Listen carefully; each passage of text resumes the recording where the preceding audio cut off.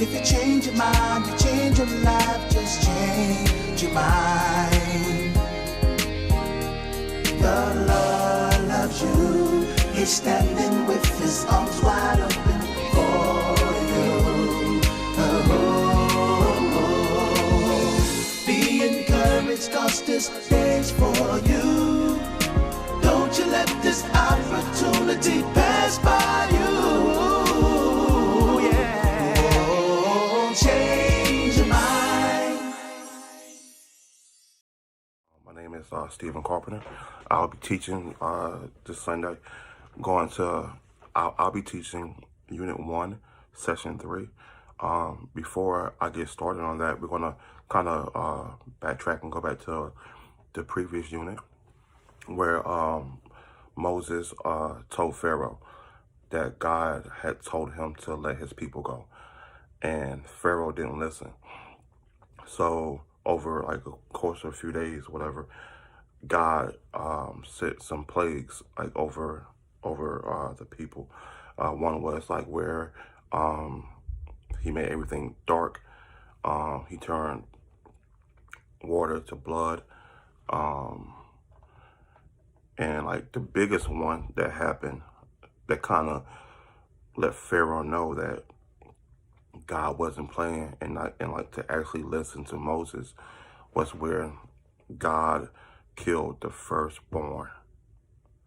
So once that happened and Pharaoh's son or Pharaoh's family was affected because Pharaoh's firstborn child was born, Pharaoh got shook. He was like, you know what? I'm going to listen to Moses and I'm going to let him and all his people go. And they had like hundreds of thousands of people that were slaves that were working for Pharaoh.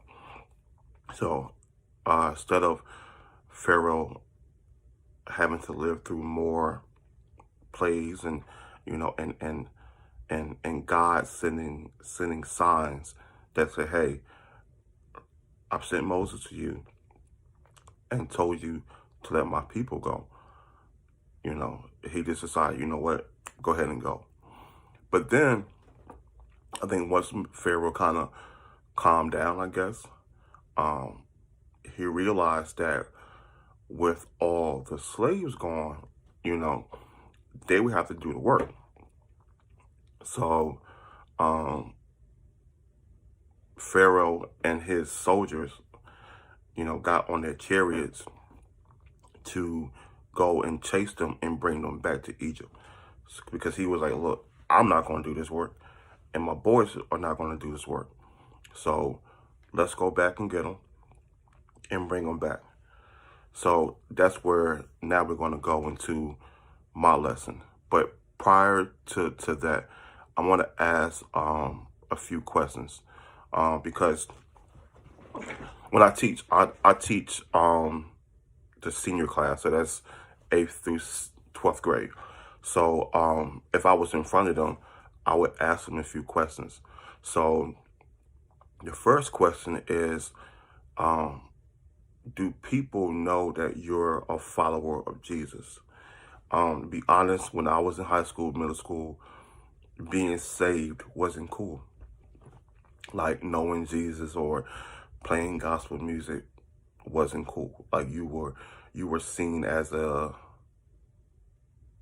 square or a lame or not cool.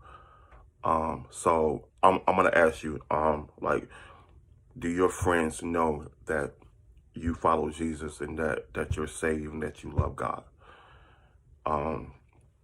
The second question is, do you watch things, or do you watch TV shows that again show that you're a follower of Christ?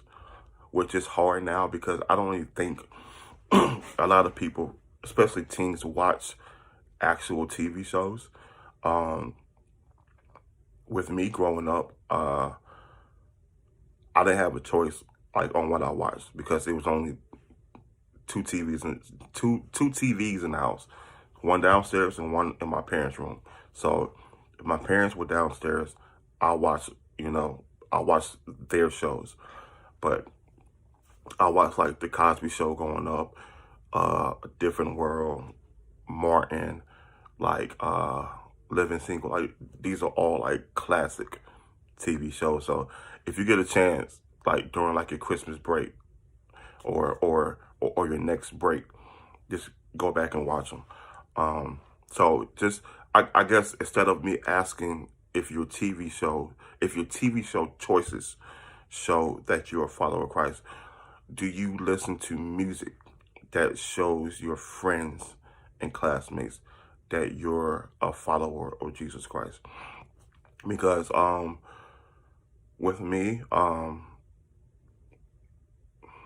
used to listen to rap, but it was like going to school on the school bus. I had like I had like one tape that I would play at the bus stop, pretty much going from the bus stop to school, because I knew at home or in my car, my parents wasn't gonna allow me to listen to what I wanted to listen to. So like my music choices really didn't show, or like I wasn't able to really like express my music choices until I got out the house and I got my own car. Because again, like it was only two cars. It's my mom's car, dad's car. Until a senior high school, like it was just me getting on the school bus. So I didn't have a way to really express my taste in music. It was like, look, we listen to the slow jams. That's what you gonna listen to. So yeah. Have you or would you tell people what Jesus like means to you? Again, and I'm gonna go back to me, because in high school we didn't really talk about Jesus. We had chorus and we would sing about Jesus, but we never really had conversations about Jesus. And to tell you a quick story, like my sister, like she was always like gun ho about Jesus. Like she didn't care if you didn't like her or not. Like she was a certified, I love Jesus Christ, I'm saved. And I remember one day during lunch, she had a table set up where I think it was like either like a Bible club or something, but she was playing gospel music. And my friends were like, hey, go and tell your sister to turn that stuff down, because I felt like they didn't feel right listening to it. Like I'm not sure like why they wanted me to go and tell her to turn it down, but I'm like, I'm not doing that. Like that's all right, you know, like the school says it's okay, and she is like living like her truth. Like, so if you meet my sister now, and I've been out of high school over, for 20 years. So if you meet my sister now, she's the same way. Like she's still gun ho about Jesus. So are you the same way? Like, are you like, if somebody says something crazy about Jesus, would you be like, hey, chill out? Like Jesus had helped me with this. He has brought me and my family through tough times. Because that's one thing that I can definitely vouch for. You know, God and Jesus have been there for my family. Like I've seen things happen that only God can do.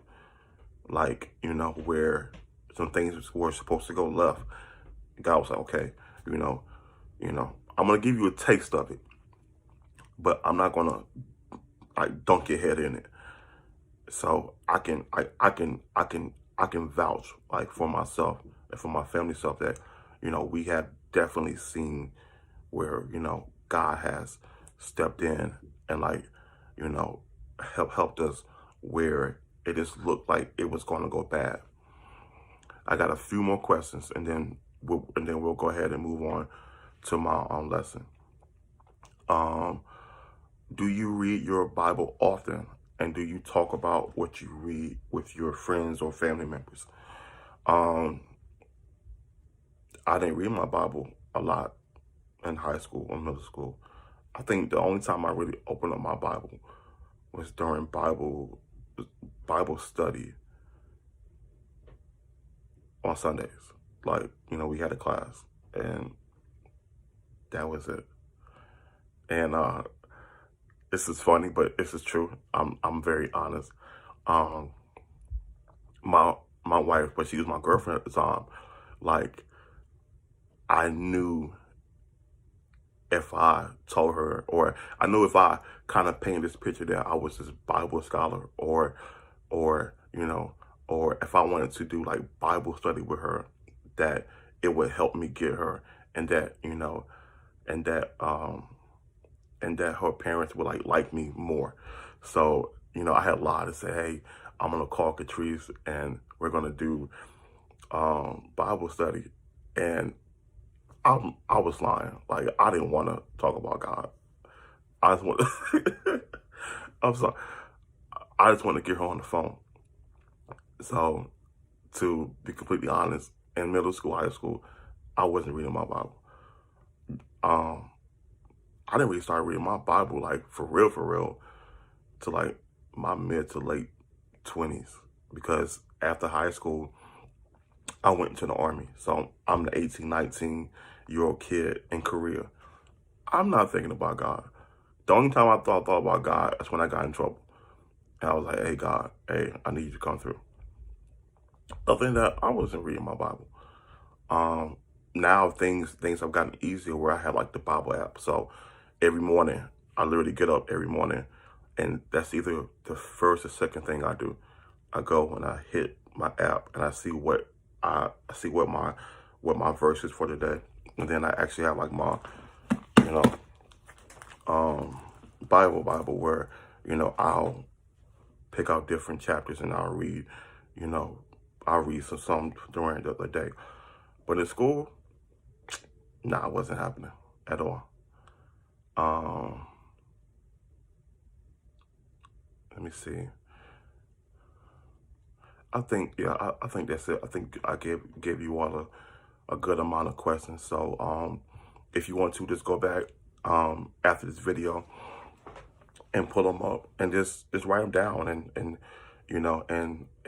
and just see how you feel. So my lesson plan. So the people have left Egypt. Moses is leading the people. But so Moses leads the people. They're walking. And what God did was that God sent them the long way to escape. Because it says God didn't lead them by the road through the land, which is the shortest route for them. God sent them the long way, because he knew that if he sent them the short way, that Pharaoh and his people would catch them, or some people would get scared and go back. So God was like, I'm just gonna send you on a long way, and I need y'all to trust Moses.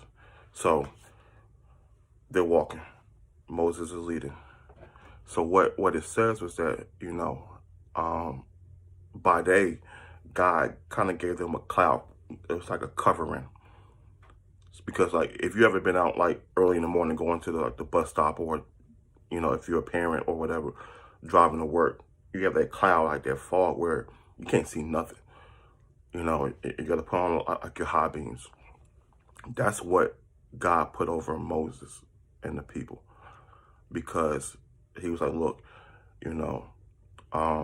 if it's cloudy or foggy, Pharaoh and his boys can't see you.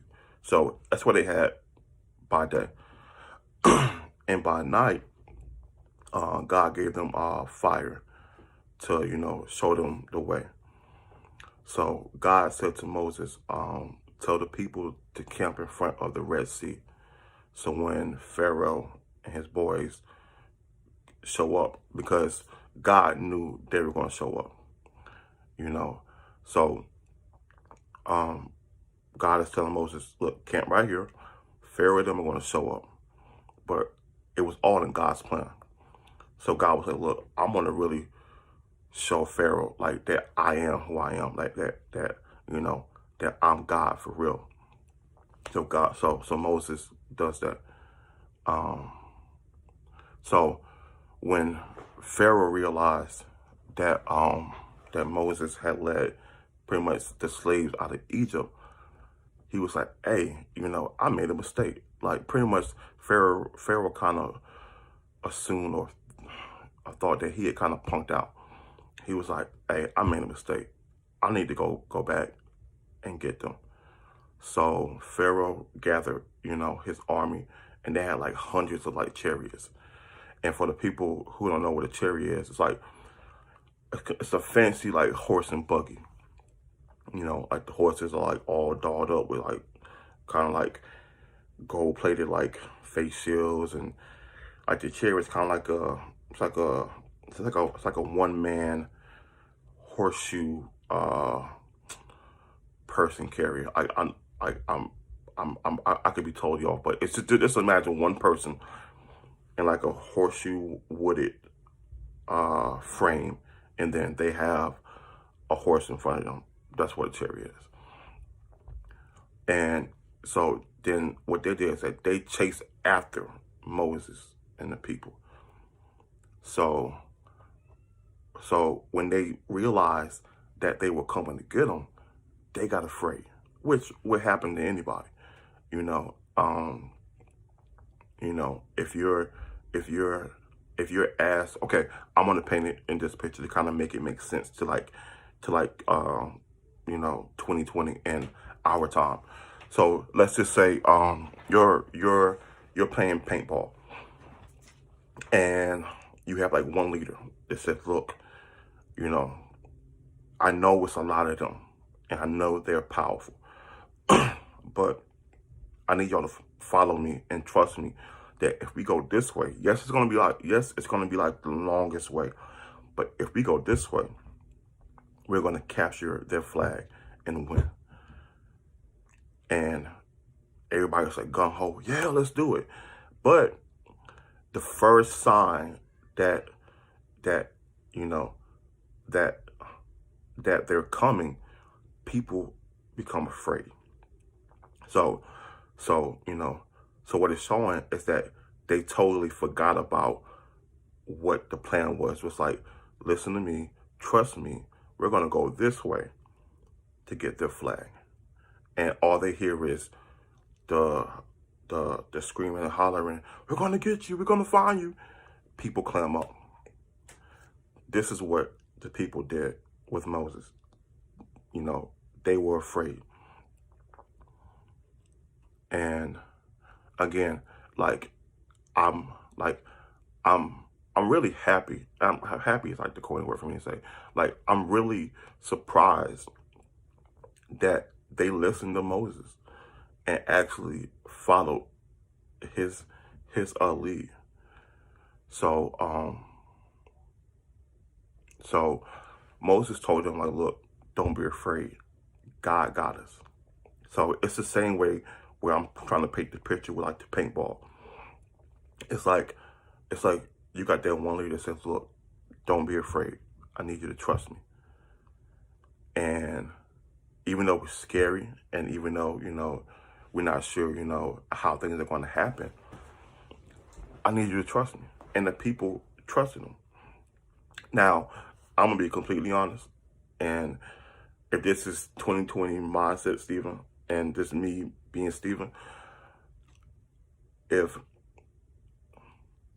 my only way to get the freedom is to walk through a body of water where it's kind of folded back, so it's like a pathway, I don't think I'm going to do that. I'm going to be completely honest. I don't see myself walking through a body of water. And, you know, and it's not because like I can't swim, because Like swimming, for me, it's something simple that I can do. But it's just, you got two large bodies of water. I'm sorry, one large body of water that's now made separate. And I'm supposed to trust that we're going to make it through this body of water and that nothing's going to happen. I can't do that, especially if it's something that, for me, that is brand new, because I'm pretty sure none of these people have ever seen the water part. Like, for them, water has always been, flowing like this. It's never been like this.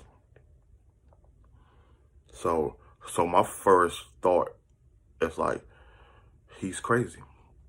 And so is God.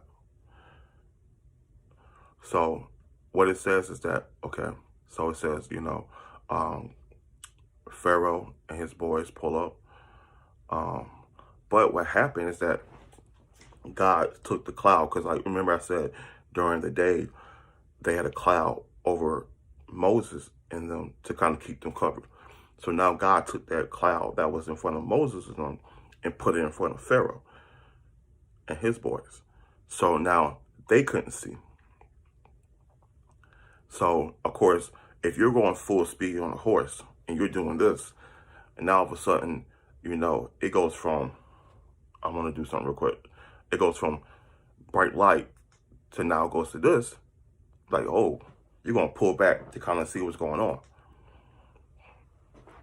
So, and again, like, if you ever watch old movies with like the horse and buggy, and how when they're going full speed and they got to pull back to kind of stop it, like, there are so many chances of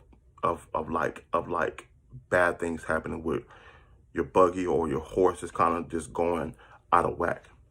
So God takes the cloud that was covering Moses and his people and puts it over Pharaoh. So now they can't see.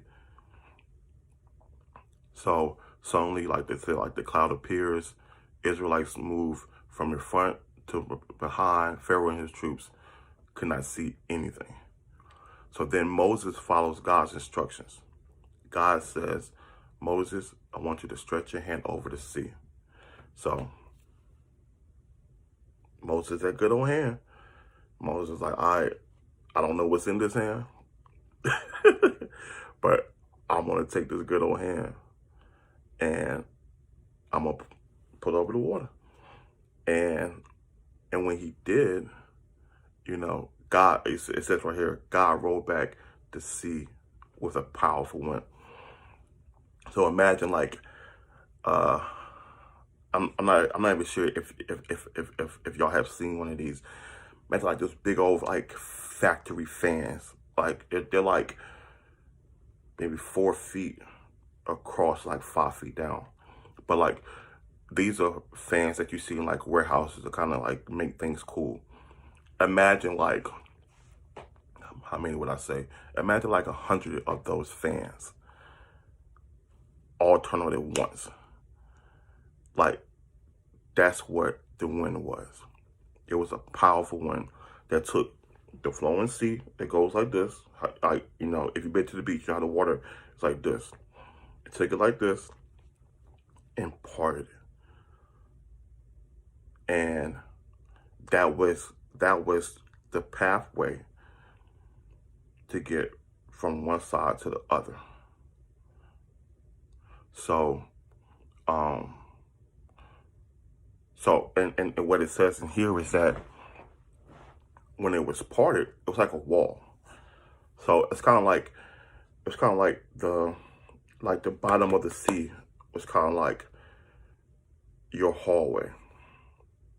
So like you're in school. Matter of fact, bam, I got like this. So you're in school, like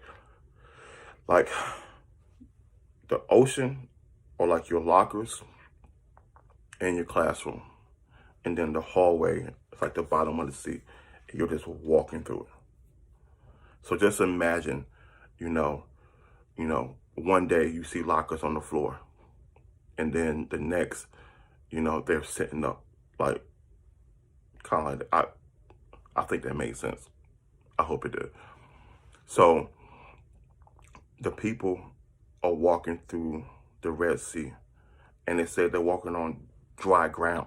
So imagine that, you know, that the ground that just had water on it is now dry. Like I wouldn't even know how to take that in. I think I would be so afraid that I wouldn't know what to do. I wouldn't even stop to say, oh, like the dirt is dry. I'm getting from point A to point B. I'm making sure me, my wife and kids are getting from point A to point B. Like, I'm not even gonna, you know, take the time to take in what's going on. Especially like in our time where everything is a selfie or a TikTok or a video. I'm not gonna be one of those pictures people be like, hey, in the Red Sea, you know, walking through the water, and no, that's not gonna be me. I'm gonna be, all right, I'm gonna grab Mia, I'm gonna grab Maxwell, Miles and Catrice, we're gonna run. That's gonna be me. I'm I'm not going to take my time taking in what's going on. Unless, I'll take that back, unless the leader is like, look, this is what God told us to do. So I'm going to follow the leader. Matter of fact, here's the leader. Here's me and my crew. We're going to be just like that. Because, again, you got to think about it. Like, imagine being at Myrtle Beach or in Charleston. And you're at the beach. And you're chilling. And all of a sudden, the water goes from flat to this, where it's an opening. Like, I can't even put into words what would happen. Like, you can only tell yourself that's a God thing. Like, that's not a human thing. That's a God thing. Yeah. I'm gonna take 30 seconds, and just really like just put down a piece of paper. Like, how would you feel if you were with Moses and he was like, look, we gotta walk through this water. Like, and you know you can't swim. And you know, like, you know what? Me and water don't get along. If it's not a bath or me brushing my teeth, I don't really mess with water. How would you feel? So I said, I'm gonna give you just 30 seconds to kind of jot down or text in your phone, like, hey, this is how I would really, really feel about this situation. So 30 seconds are gonna start right now.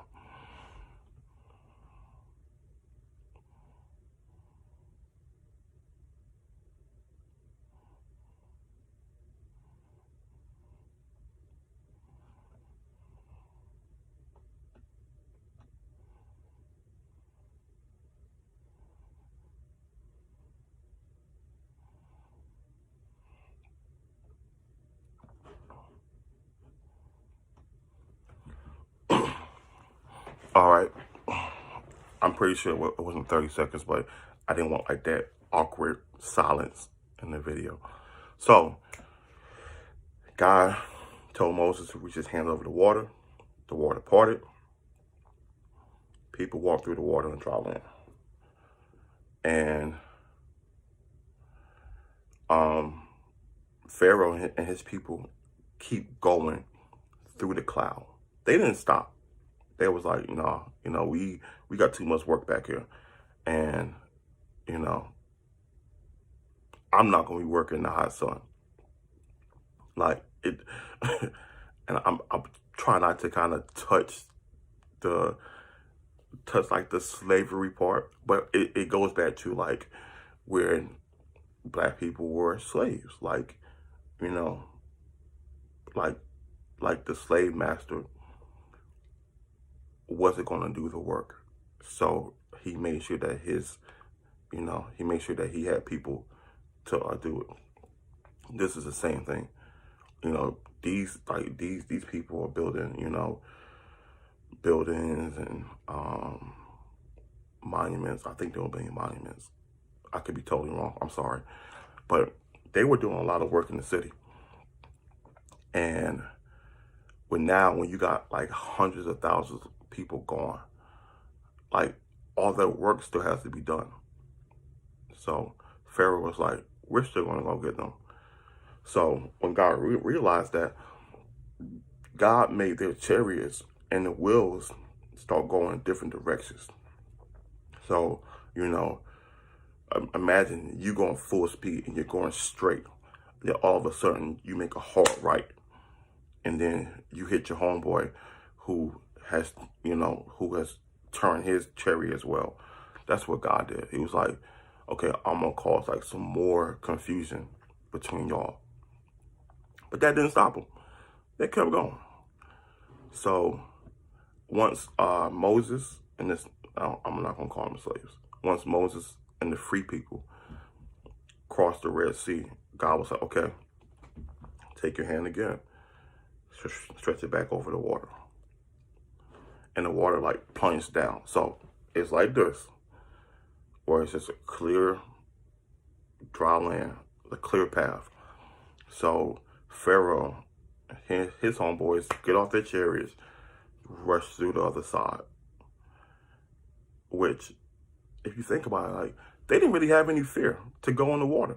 Like, they didn't even think twice about, you know, oh, you know, this looks weird. Like, they had one goal in mind, was to get back their workers. But what God did was, like, once Moses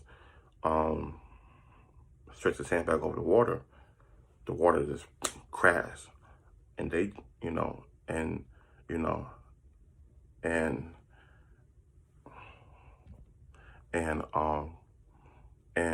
the soldiers and them like just plunged, like they were drowned.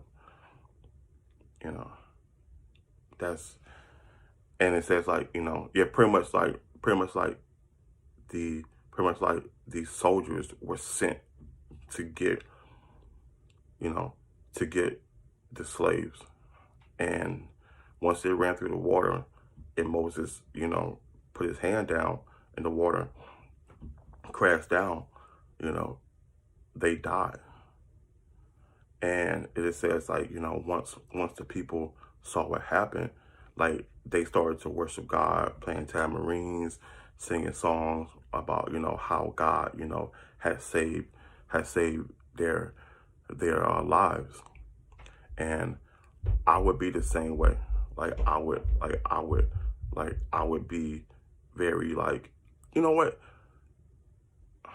I'm not sure how I would do it.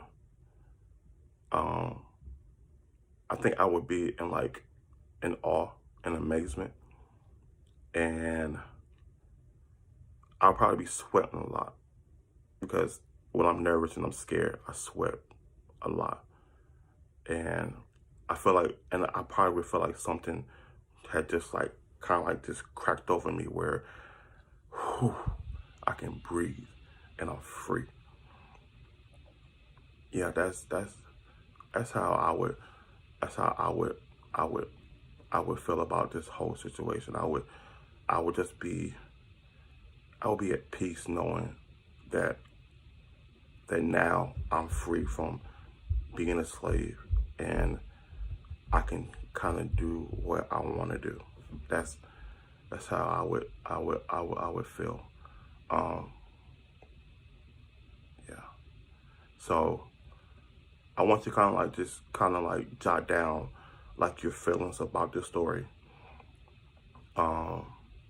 And if you were Moses, would you have trust in God at that moment to send his people across the water?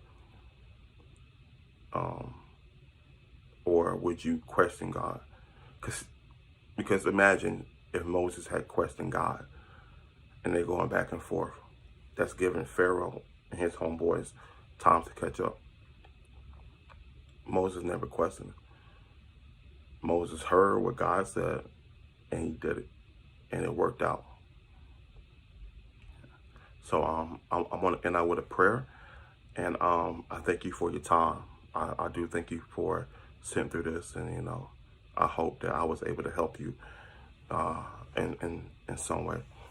So God, we want to thank you for this great day. We just want to thank you for your protection and blessings. Lord, I just ask you that you help anyone right now that needs help. Allow them to come to you. And I ask you that you give them clear answers and peace.